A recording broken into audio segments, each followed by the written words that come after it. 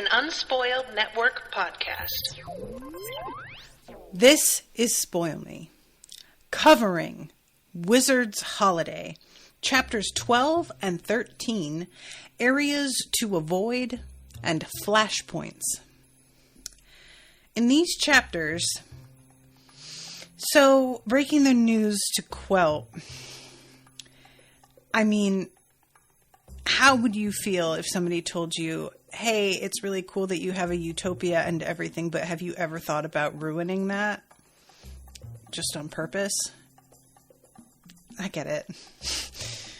Welcome to Spoil Me.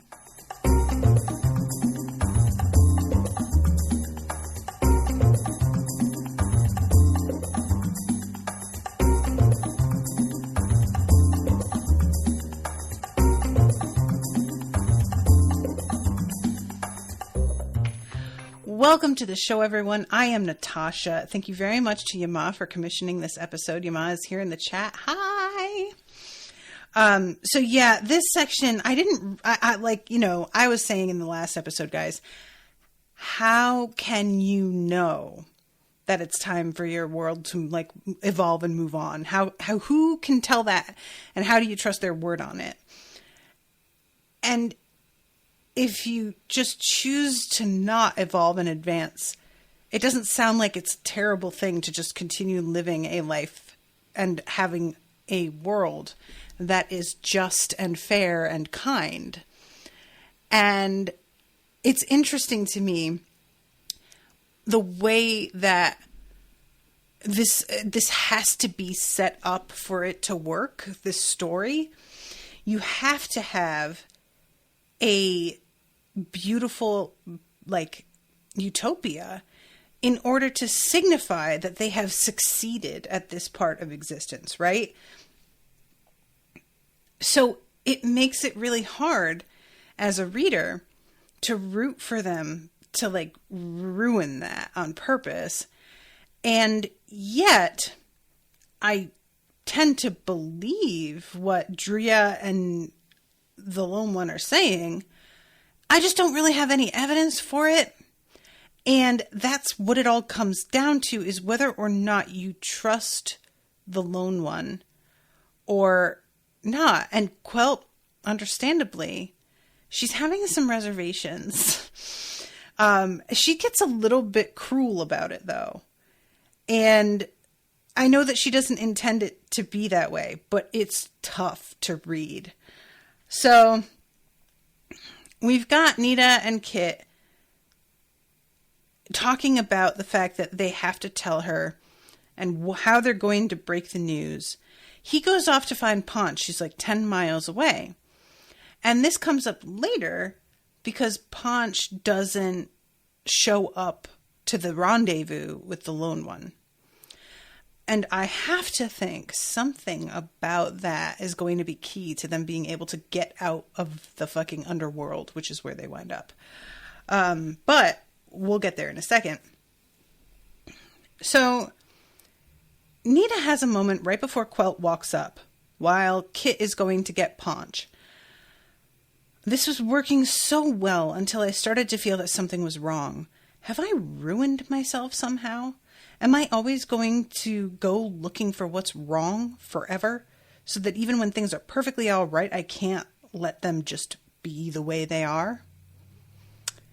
Yo, it would be cool of you if you would just shut up and stop calling me out personally by name. I feel really offended and very attacked right now. Because literally, I ask myself this all the time. Have I done something to myself where I just can't enjoy things anymore? Like what? And that's not to say that I don't enjoy anything. I enjoy a lot of things more than I think the average adult. I can be very childlike about certain things that I find delightful. And I know Owen finds it very amusing. But it has to be like really good for that to happen. And if shit doesn't go exactly according to plan, or if I had like a different expectation and it wasn't really that, like, sometimes things are just like fine. Not amazing, not perfect, but they're fine. and just stop poking around. You know, it's just, the perfect analogy for this was when I was in pastry school and we had to practice making a perfect buttercream coating on our cakes on one of those like spinning cake stands. And you use your bench scraper to like hold it against the side of the cake, and then you spin the thing and it makes a perfectly smooth edge. If you are really good at it, you can lift the bench scraper away and you can't even see the seam where it left the buttercream. And I stood there redoing it and redoing it and redoing it and redoing it. And then I redid it again. I did it like probably 7 or 8 more times. And I finally just was like, I'm just not going to get this.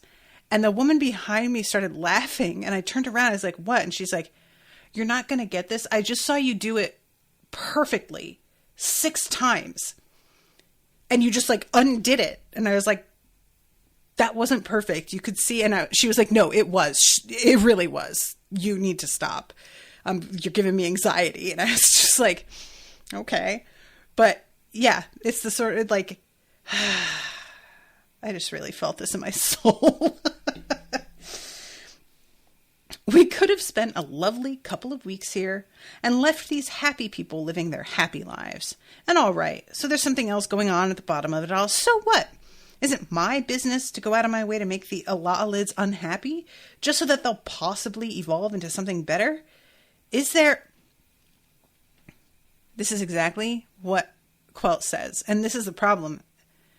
When she kind of like throws this at them, they just don't really have a rebuttal.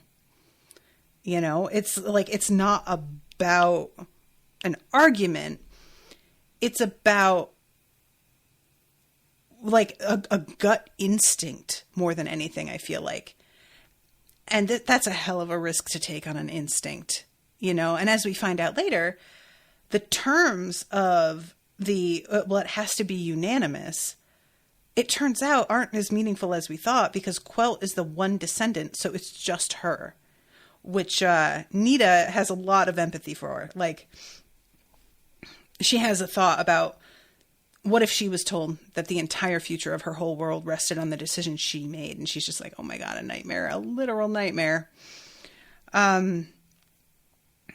So this is when Quelt says, there's going to be more trouble with the Great Vein than I'd thought. The crust really is shifting down there. The layering's becoming more complex than it used to be. It's going to take days yet to sort it out. My theory is that this has something to do with why they need to evolve. Some shift is happening on the planet itself. And they need to be able to change and adapt to whatever's going to happen here because of this. But again, that's just a theory. You know, nobody has got charts and graphs to show exactly outlining how this is going to work. So it's just one of those like, that feels significant. It feels like that's going to mean something.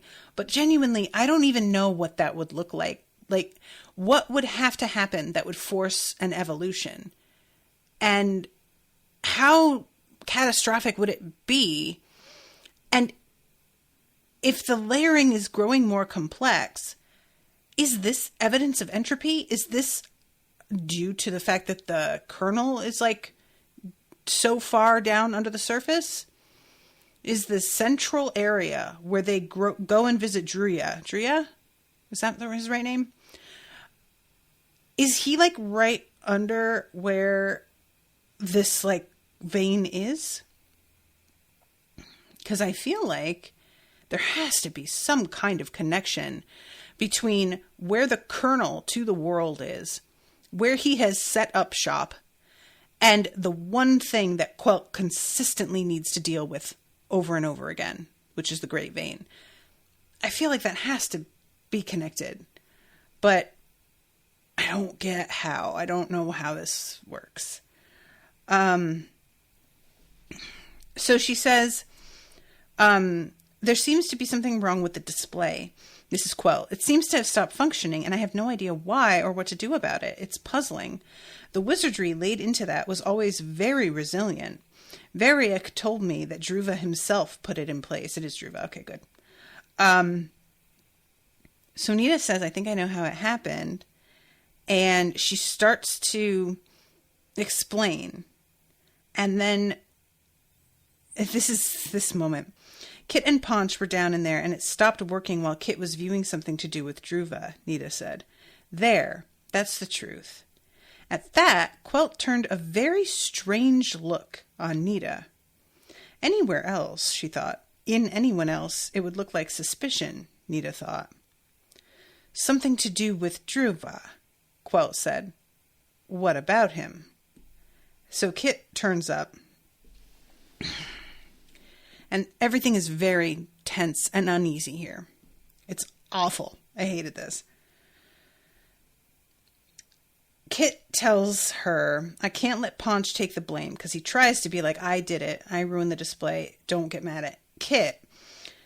I asked him to alter the way the display was working. I wanted to hear what Druva actually said to Assembly. Quelt didn't look up. And what did you hear? Kit told her. It took a long while. Kit's memory was excellent, Nita thought. The phrasing he was using was that of an older time, and she could almost hear the ancient wizard speaking through him. All the time, though, Quelt's expression never changed. She sat looking down at the sand until Kit finished. So then, she said, having heard that, you went to see Assembly. And Nita is like, yes, and tells her all about this. The silence lasted a long while, and Nita forced herself to listen to the water slipping up and down the beach, and the little hissing noises that happened when air got trapped in the sand and bubbled out. When she looked at Quelt again, she found the Alaalid gazing at her with an indrawn expression very unlike anything Nita had seen on her before. And you believe this, Quelt said at last. You believe these things it told you, because of the oath you made it swear. And Nita says, well, yeah, but that's not the only thing. Now, what bothers me here is that Nita doesn't bring up her dream. She had that dream before she ever reached this planet. And I feel like that would be kind of important. Like if Quelt heard that the powers were possibly sending Nita a prophetic dream about people being frozen in stasis, maybe that would count for something. But she doesn't even bring that up at all, and I don't really understand why.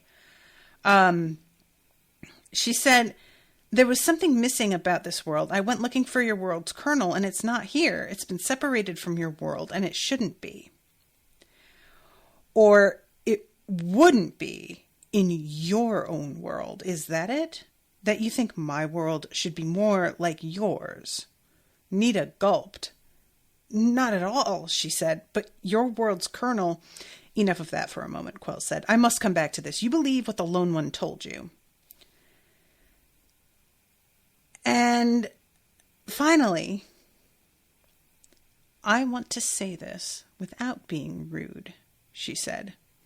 You're our guests, and those who are sent you here. But... She shook herself all over like someone under intolerable pressure and leapt up.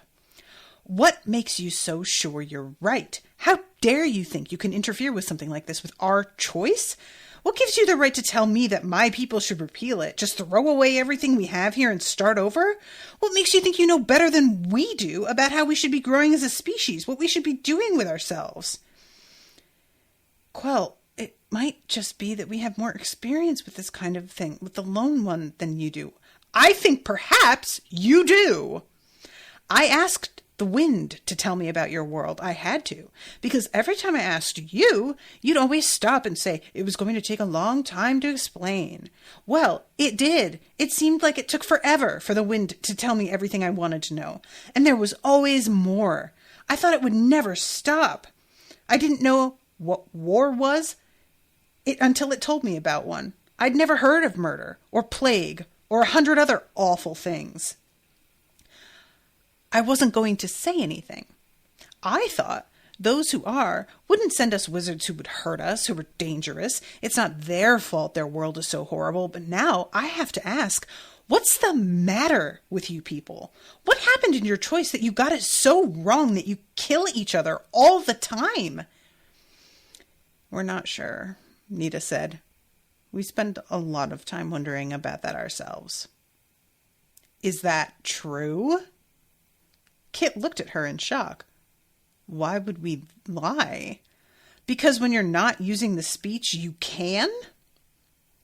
Your world seems to be full of that kind of thing. I was terrified when I found out about it. It's got to be one of the worst things that's wrong there. How awful it has to be for people in your world when you can never know for sure whether something someone tells you is true. And Nita's like, well, this is why we use the speech, because you know that we can't lie. And Quelt says, but then you have to go on to the next one. Because Nita says it's one less question to ask. Yes, people can't lie in the speech, fine. But if they're confused, they can say what they believe to be the truth conversationally, and what they say will still be wrong. How do I know it hasn't somehow tricked you into believing all the things it told you are true? Which I'm like, honestly, Quelt, I don't see why that couldn't happen to you. Like, you're acting like, well, we're just incapable of lying, and I believe that means purposefully. I mean, that believes you cannot deceive someone intentionally. That doesn't mean that you can't be under a misapprehension about a situation and repeat that and be incorrect. So you're behaving as if they have this particular weakness that I would argue y'all have as well, and it's weird that you're fixating on that.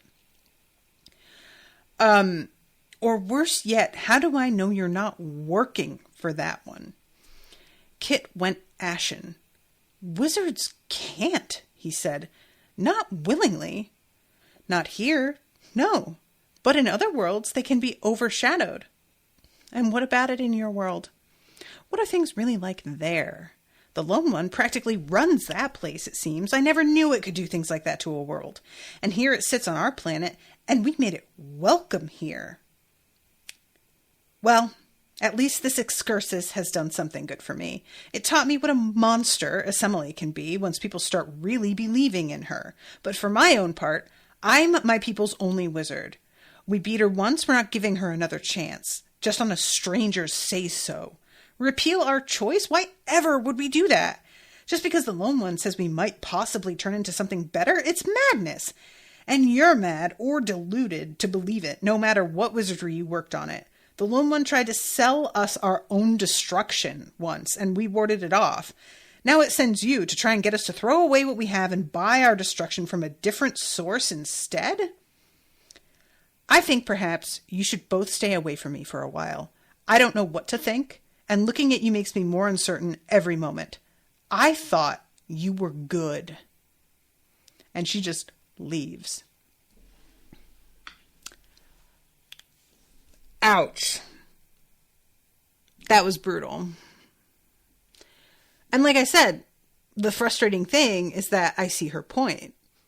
You know, like I completely get how insane this sounds from the outside. I was saying it myself last episode, like, you know, it's the arguments about where they come from are very hurtful, because what's so remarkable is that she has very little exposure to any other world than the two of them do. So I think she considers Earth like particularly heinous. And I'm not sure that's true. We've been to a lot of different places where things aren't great.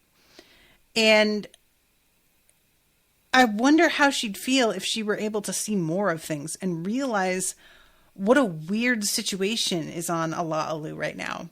You know, I'm not sure that she would like, if it would change her opinion to feel the difference of a world where the kernel is out and available and there's a lot more like apparent free will. It's not to say our people don't have free will, but there is a sense of almost not quite as much free will. Like, you know, if you can't really change, even if you would want to, is that, I don't know. Mordecai says, would it help to say, hi, I had a dream too? You see, I don't know. I just thought she would mention it. It was weird that it didn't come up at all. Yama says, I mean, yeah, why do all worlds need to be similar? I would argue this isn't about them being similar at all. It's just Quelt sees that as what is being attempted. But I don't think that's it at all. It's just her. And looking at this from like the perspective of somebody who is, for example, let's say indigenous people. And somebody comes over from fucking Europe and is like, hey, you guys are kind of doing it wrong. I mean, yeah, super gross. I am not mad at the attempt to, like, them being angry at the attempt to sort of force an assimilation, except that they should be assimilating because, but whatever. So I get her, like, seeing it that sort of way here. But I think that she would have a better perspective if she had tried to talk to Kit and Nita about any of this. Instead, she just like traumatized herself by finding out all this stuff solo and kept it to herself and like brooded over it this whole time. And it's sort of weird to me that like, I don't know. I just wonder about how long it took her to find this out. When did she? And that she hasn't brought it up at all. Isn't that kind of a form of deception, that she just acted like she didn't know? And I don't know, her insistence that I tried to ask you, but you wouldn't tell me anything. Okay, fair. But like, look what it seems like to you when you hear about it. I can understand them not wanting to ruin their own vacation by being like, oh yeah, we've got famine and war and disaster and murder and rape and assault and, I mean, come on. So, and Mordecai says, I mean, if a wizard doesn't believe you when they are using the speech, then I don't think I had a dream is going to carry weight. Yeah, I suppose that's true, but I just thought, it's not even like about if it would actually help so much as that I would have expected Nita to bring it up. It's just weird to me that she doesn't mention it at all because it's been on my mind a ton. And it's as if in that scene, she doesn't even think about it. So Kit finally says, all right, well, we sleep in pup tents tonight. And Nita's like, I kind of want to go home. And he's like, yeah, I'd also like to do that. And that's kind of what makes me think that we really shouldn't do that. So then he says, plus, if Quelt decided she wanted to talk to us again between now and then, wouldn't we look guilty if we couldn't be found? That was something that had occurred to Nita only seconds after wishing she could go home.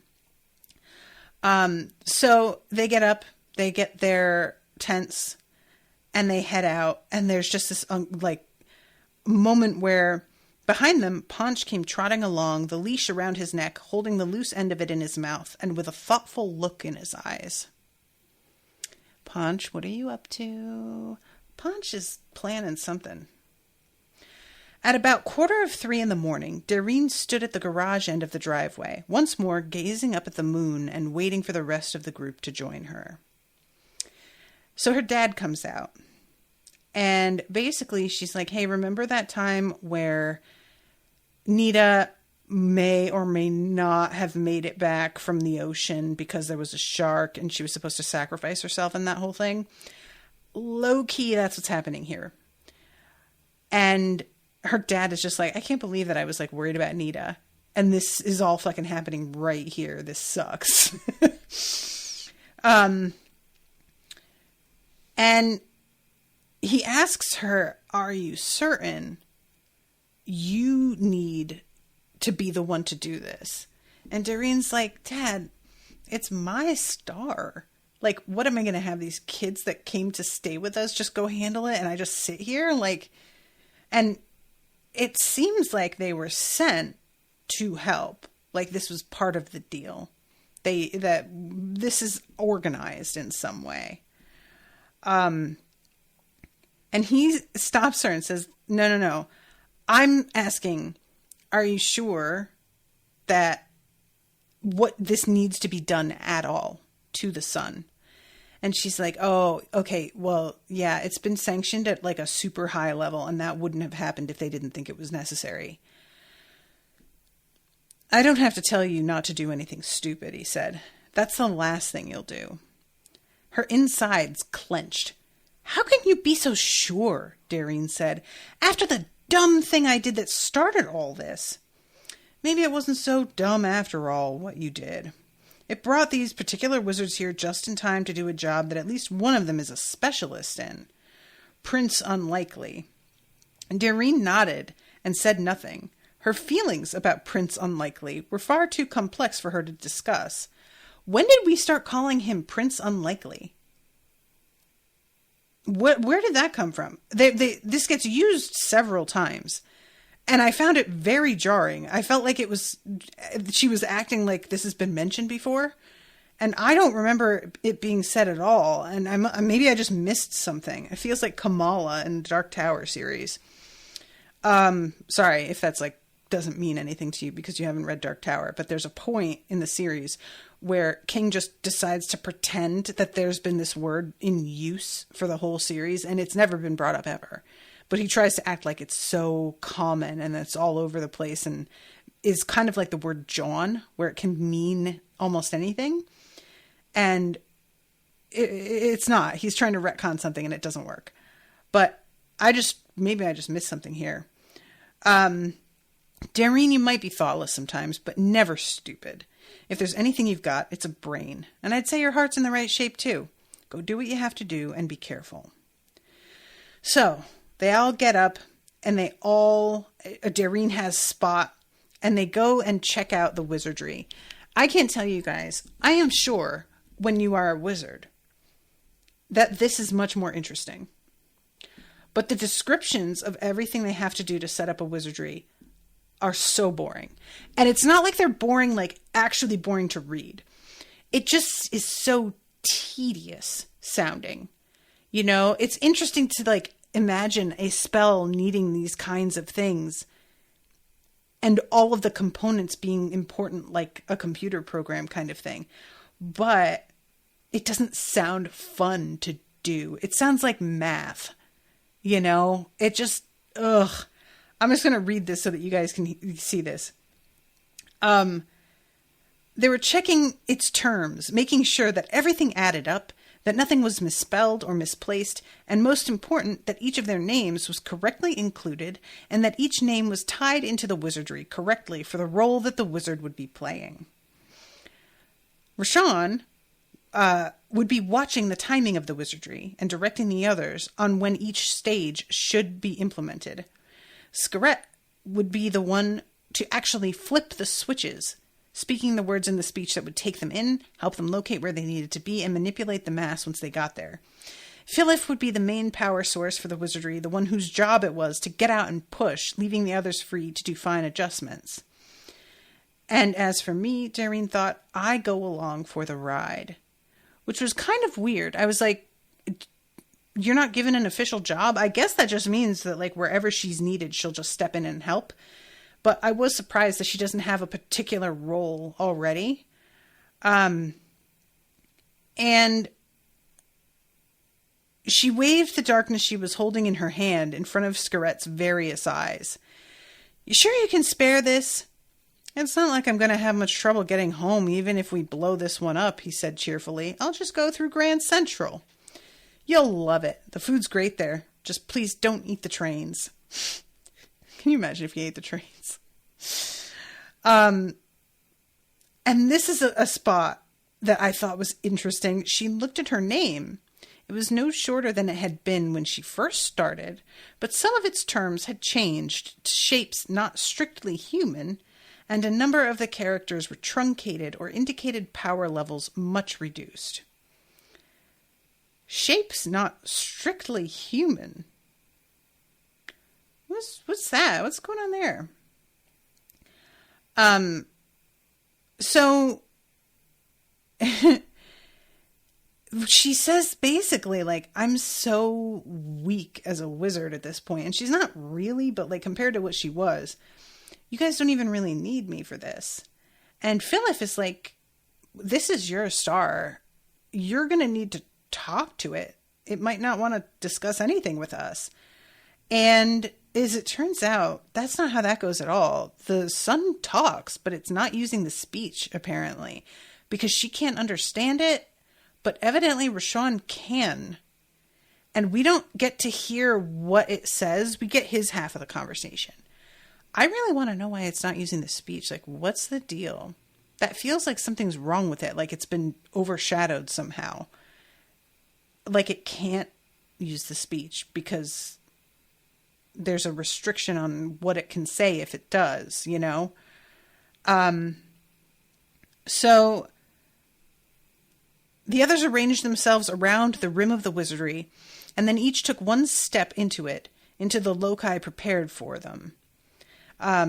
It was, let's see, she talks about the escape pods, and she's like, these are great, but if something really bad happens, we're not exactly going to be able to like activate these in time. So probably this isn't going to be super helpful. It's just like a security blanket for us to feel better about the situation. And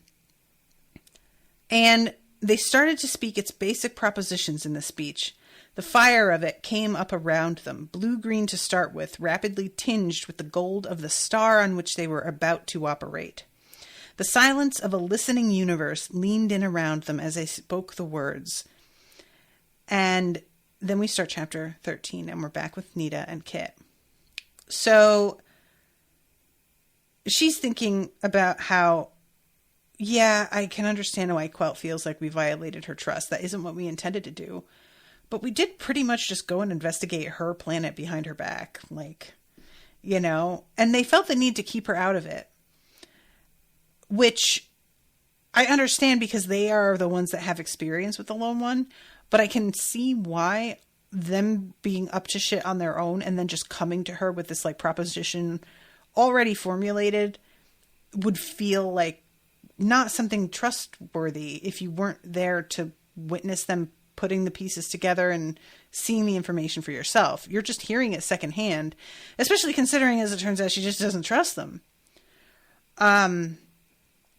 So they head to meet with the Lone One, and they're expecting Ponch to be there, and Ponch isn't there, and they ask the Lone One because they assume that it's going to know, and it doesn't. And it's like, look, I just don't have the kind of sway in this world that I have in other places. So I don't have the omniscience that I might have somewhere else to be able to tell you. So I'm not lying. I just can't.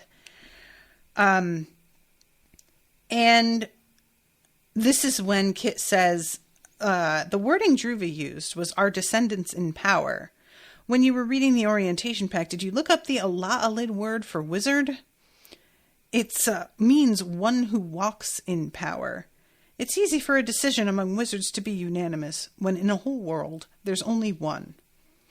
Oh, no, Nita said again. Suddenly it all made sense.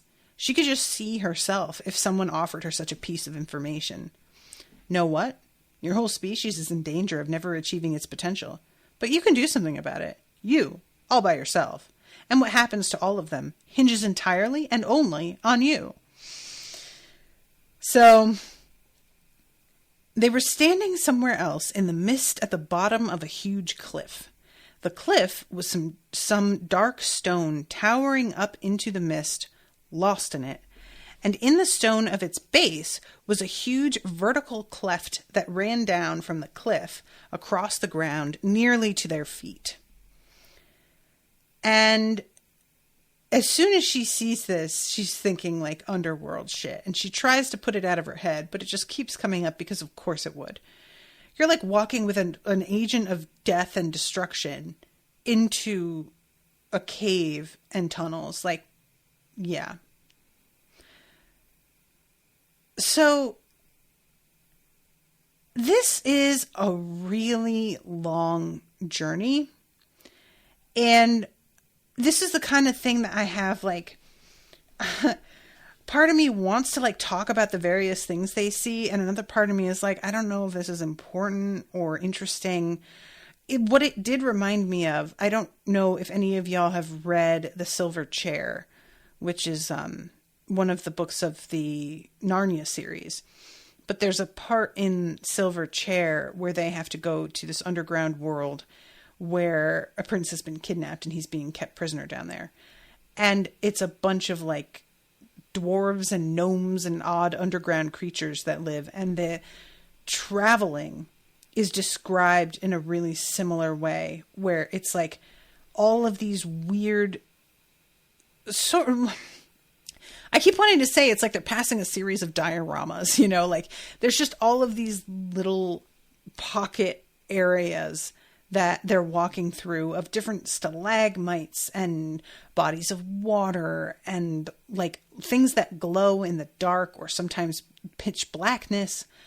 And both Nita and Kit are feeling really weird. Like Nita especially is getting uneasy about the feeling of pressure from being underground. And she's sort of like, as things continue, she's getting really tired. And then all of a sudden she begins to realize that like, I'm not actually as far behind as I was falling before, but I'm certainly not less tired. What's going on? And she begins to realize that the gravity here isn't working the same way. I'm assuming that this is due to like what science says would happen if you approach the center of a planet, that maybe like gravity wouldn't work the same way in the very center. Or maybe that's just meant to be a conceit of this universe. I don't know anything about that kind of science. No idea. So I'm not going to like, you know, I just thought I could see. We've never been to the actual center of planet Earth. Maybe it's wild. Maybe there's no gravity. Who knows? I don't know. Assembly walked casually and confidently ahead of them, seemingly untroubled by the way they went. How can you be sure Druva came this way? Kit said. He's left traces, Semele said. Even after all this time, he was, after all, the greatest of the wizards who met to enforce the Ala'alid choice. There's a joke there, actually. If he hadn't been so scrupulous about bowing to the wishes of the majority, none of us would need to be here. The Ala'alids would have moved on to the next stage in evolution thousands of years ago if he'd made them. But like so many wizards who are too wholeheartedly on the side of the powers, he insisted on making his work difficult for himself and for the people he was supposed to be serving. So the downward pressing closeness of the stone was beginning to affect her. Assembly moved slowly, but with no sign of distress. And at one point, Kit's starting to get anxious about this as well. And he's like, can we just go through the stone and not trek the whole way down through the tunnels like this? No, Assembly said. We can't. All this road into the heart of the earth is permeated by Druva's power. She smiled a secret, rather uncomfortable smile, which Nita could just make out by the faint gleam of Kit's wizard light. He made sure that anybody who was going to follow him on this road would have to go through exactly what he did when he first found his way to the world's kernel. Even if it was going to be the wizards who would repeal the choice he oversaw, they would have no easier time of it. He wanted to give them plenty of time to have second thoughts. So, now we know that the secret little smile is because it knows that they can't leave. And that's part of the power of this place. And they begin to realize that as things are changing with the gravity, that they're also kind of flickering in and out of time. And later on, when they meet Druva, that's purposeful. He basically brought the kernel to somewhere that it could both be and not be at intervals, so that it couldn't really be like interfered with. Let's see. They moved on downward again. Neats, this is weird. It isn't like the real inside of a planet, any planet. This is more like another dimension. It could be a little of both, Nita said. There are ways to make a place's mythical reality coincide with a physical one, or make one temporarily a lot more powerful than the other. But normally, you need a kernel to mediate that kind of overlap or substitution. And we find out that that's precisely what's going on, that there is a kernel. But also, the idea, like, ways to make a place's mythical reality coincide with a physical one. I'm assuming she's talking about what happened in Ireland. But I had thought that was, like, something that only the Lone One / the Foam War were pulling off. I didn't know that was, like, a thing wizards could do, which sounds pretty wild. I would enjoy seeing that done for entertainment purposes. We could just go to the fucking Lord of the Rings land, guys, and not have to go to New Zealand. That would be dope. Please. Or maybe that doesn't count as enough of a myth or legend. I don't know. I'm just saying it would be fun to try it out and see what would work. So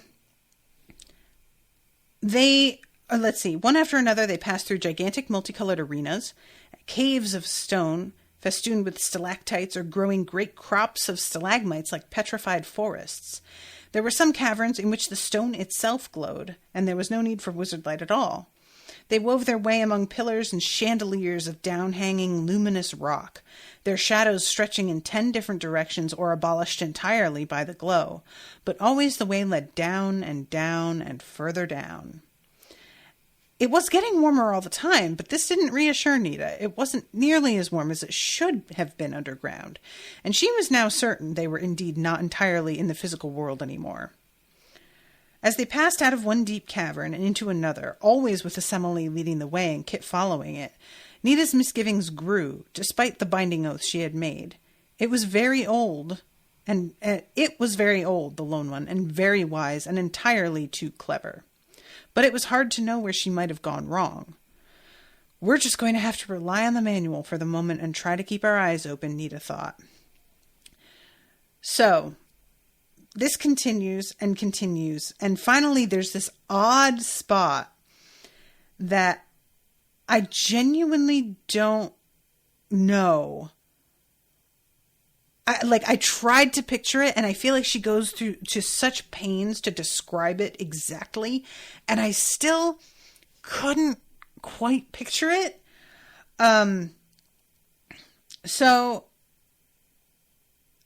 let's see, I'm trying to find the spot because they come out into this like open area after they realize that the gravity is decreasing. They were becoming light enough now that it was becoming something of a difficulty to stay on the ground. They passed through a gigantic archway, and everything happened at once. Nita saw Kit's shadow leap out behind him, and Assembly's as well, but it was longer and far blacker than it should have been in that light. Before them lay a great broad plain with a high horizon, but the plain was above them, and the horizon was upside down. Nita's stomach flipped in earnest. It was as if for all the descending they'd been doing, they had somehow come right around through the heart of things and out back on Ala'alu's surface again. Yet they hadn't. She looked at the horizon and realized it didn't stop. There was never any sky at the top of it, just more and more land. And suspended in space before them like a pillar buttressing the center of the world was one great needle of stone reaching down, or up, an incredible distance into that silvery, glowing, blinding sky. I can't picture this. I can't. I'm even reading it now, trying very hard to create an image in my head. And I just feel like every time I try and make it happen, it's like trying to imagine the things in, oh my God, the Dreams Within Dreams movie, where it's just, like this is just so wildly outside of reality that and it's wildly outside of the kind of fantasy that I'm normally reading that I just can't quite do it. Inception. Thank you, Yama. And as if that confusion wasn't all that was needed to complete the effect, it was then that the earth seemed to let go of them, and all three of them fell into the sky. Fortunately, the fall itself partook to a certain extent of that dreamlike quality, so that what might otherwise have left Nita screaming in terror now left her in a muted state of astonishment and mild annoyance. They were falling up at enough speed for Nita to erect a personal shield wizardry around herself.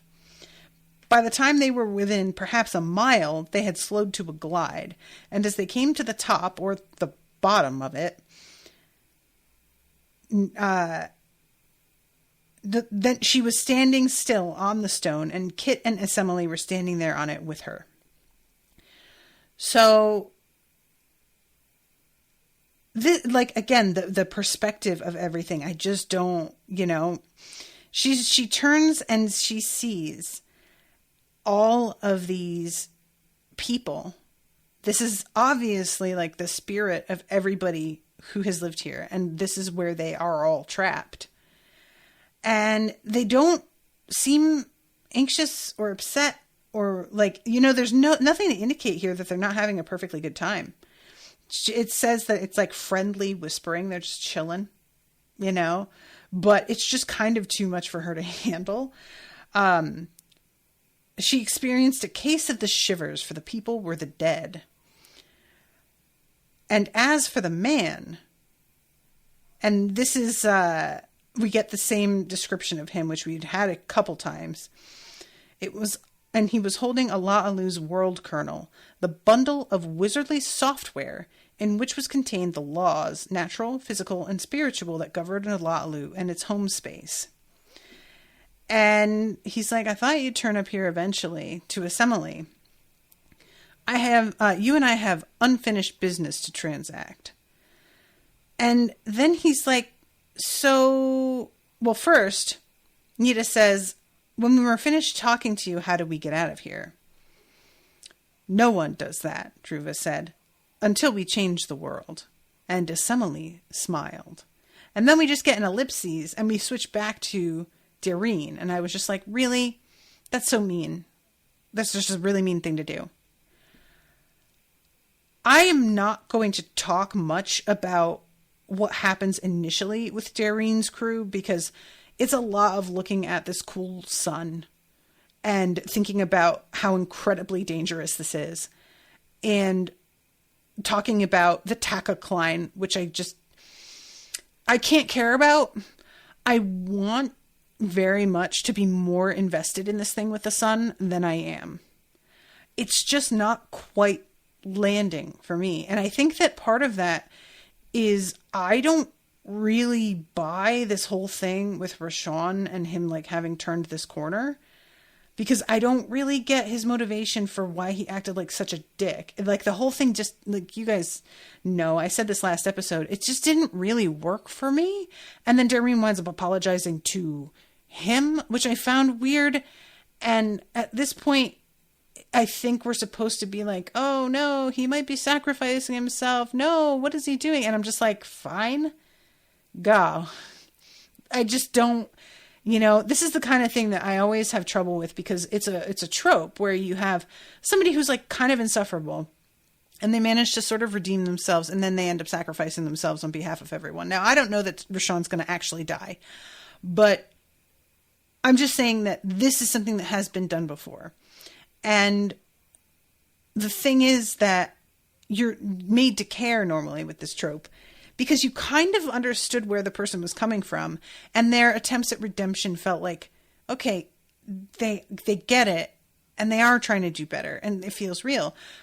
With this, it's just he was a dick, but now they've had a talk about his trauma and he's just not a dick anymore, which I don't really get how that, like, that just seemed like what his personality, what, I don't understand that. And then there's no real, like, indication that if he had been a dick and that was his actual personality, that he has learned how to not act like that anymore, or like be a little bit more decent to people. And so the redemption here is not, it feels very one-sided. The redemption is basically like Dairine likes him now. But as a reader, I don't care about this guy. Like, he brings his expertise about the sun, but that just feels like, well, at least you're good for something, you shitty guy. I'm not really interested, you know? So this whole bit here that results in him, like, departing by himself because he's the one that can speak to the sun, I just feel like it's supposed to mean a lot more, and I should be more, and there's even a moment where Dairine is thinking about, like, how she feels about Prince Unlikely, and I'm like, again, when did we start calling him that? It feels like there's a whole piece of this book that's missing.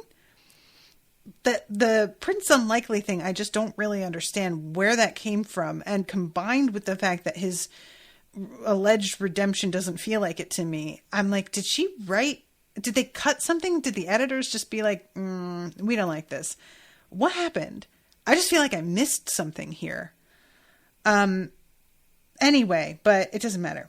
So we come back to Ala'alu, because this is all like, you know, we go back to Dairine and then we decide to head into the center of the sun and we come back, bouncing back and forth here.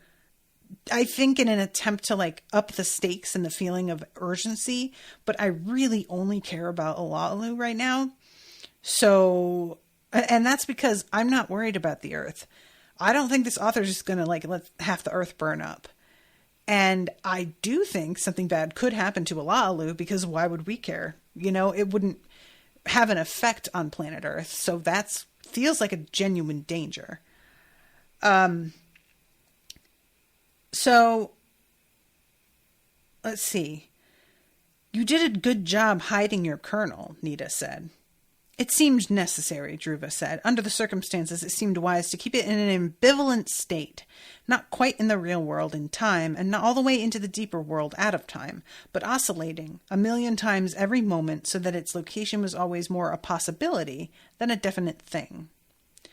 And Nita compares this to, like, atomic structure and electrons movement and whatnot, which I thought was kind of interesting. And Dhruva asks, where is the last wizard?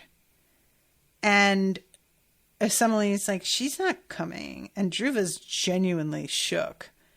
Like, he just doesn't know what can be done then, you know? The strangers on whom you have pinned all your hopes, unfortunately, have given your wizard the fright of her life by telling her the truth. A choice irony.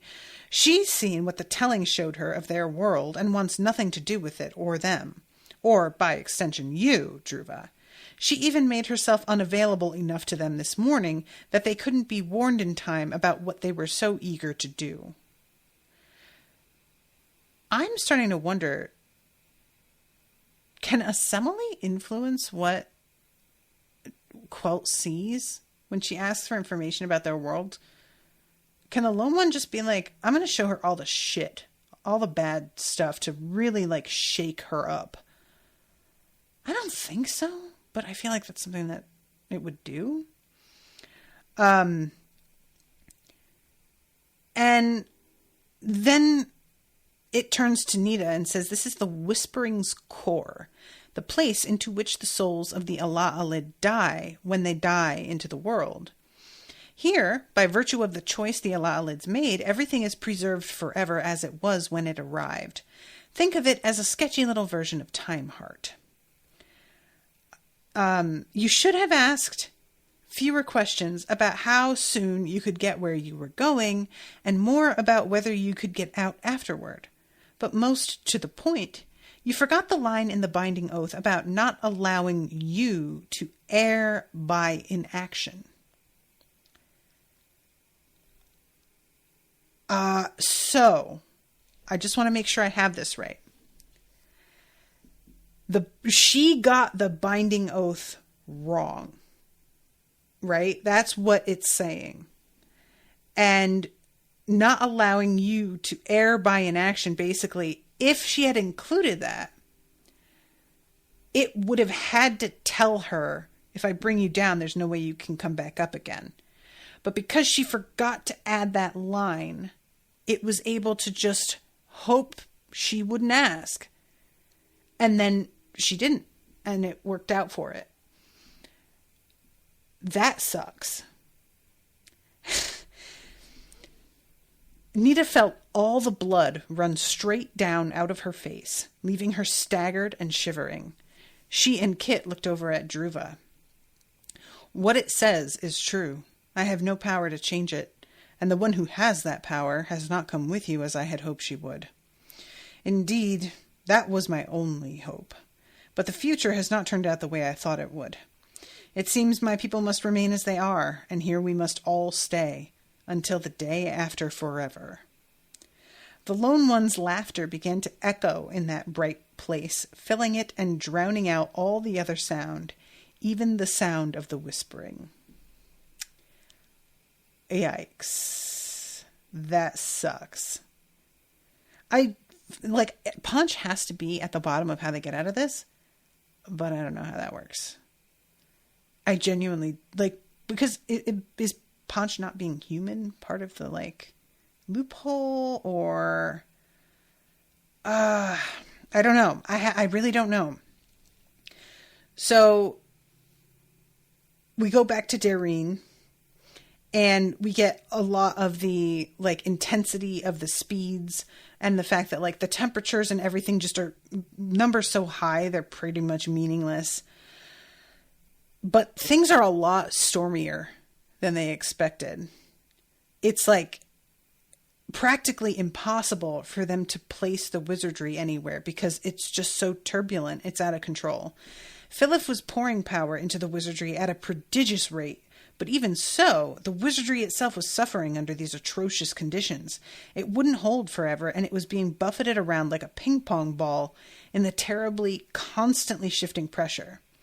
Through all this, Rasham was trying to get a reading on the lowest levels of the Tekaclean, but Dairine saw that every second the readings changed more violently. The layer was like a blanket being wildly shaken up and down by people holding it at the edges. Until it calmed, there was no chance they were going to be able to do what they needed to do, and it was not going to calm. So, this is when Rasham starts speaking to the sun. Come on, cousin, what are you waiting for? Why all this trouble? You know what you need to do. Otherwise, life on all your planets is going to become problematic. Give us some help here. Let us help you sort yourself out. And this is when we get the thing. Dairine started to hear something she never would have imagined it was possible to hear. The sun itself, speaking, like a sentient thing. It was using the speech, but she couldn't understand the words. It wanted something. It was trying to tell her, but she couldn't understand. That's impossible. I have to be able to understand. It's the speech. What's the matter? So I got this wrong. For some reason, when I read it, I remembered it as the sun wasn't using the speech and she couldn't figure out why, but it is using the speech and she can't understand it, which is really weird. And, there's the whole thing where Nita has been studying the speech because there is so much more to it than she ever knew. But it seems to me that that's I'm just wondering if it's that or if it's something more about the meaning failing to connect more than that she doesn't know the words, if that makes sense. Because it seems like one of the advantages of the speech is that you don't have to exactly translate. It's just that you understand the intent behind what somebody's saying.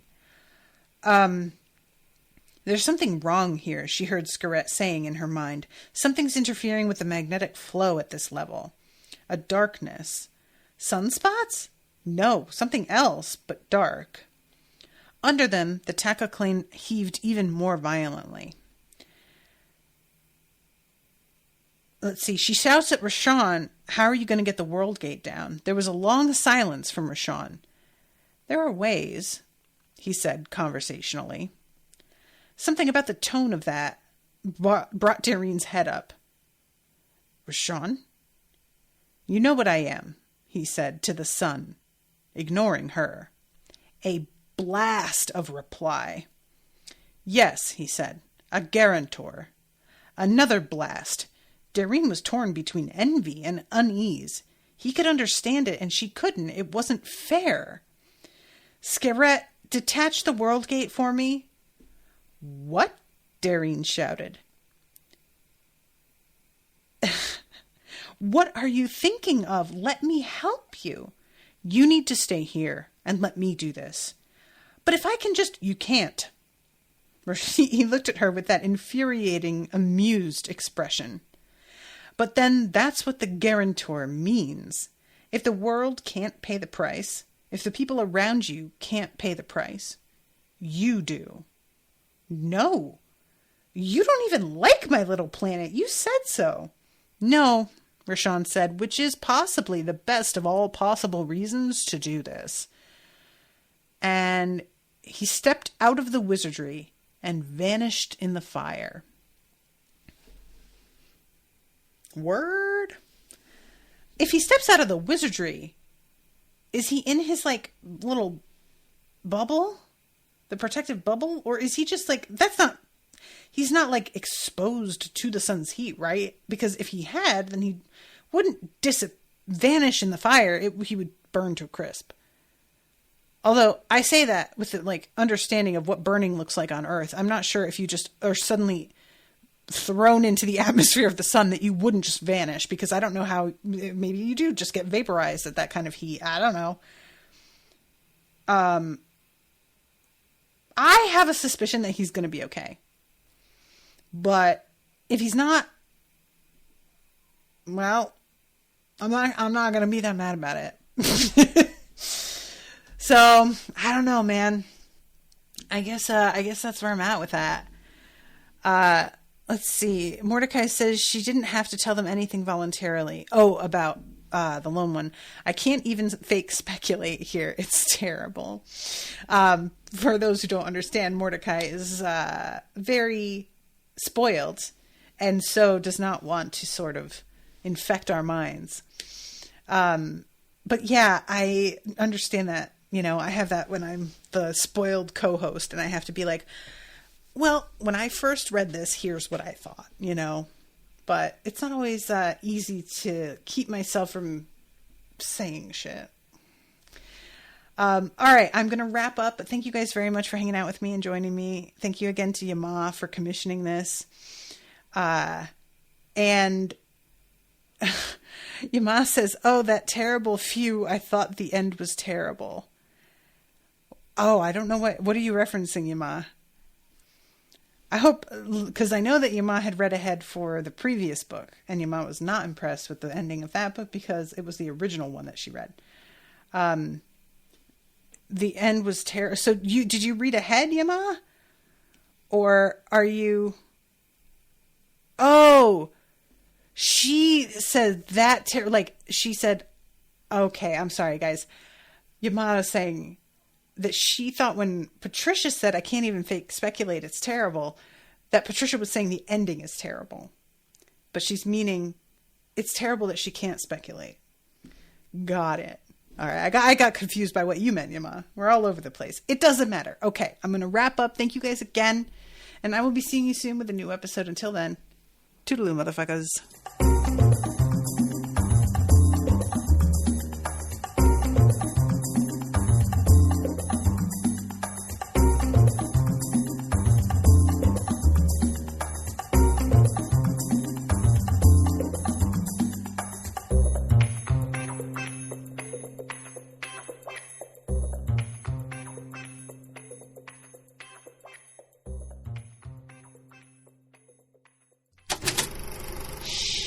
That was an Unspoiled Network podcast.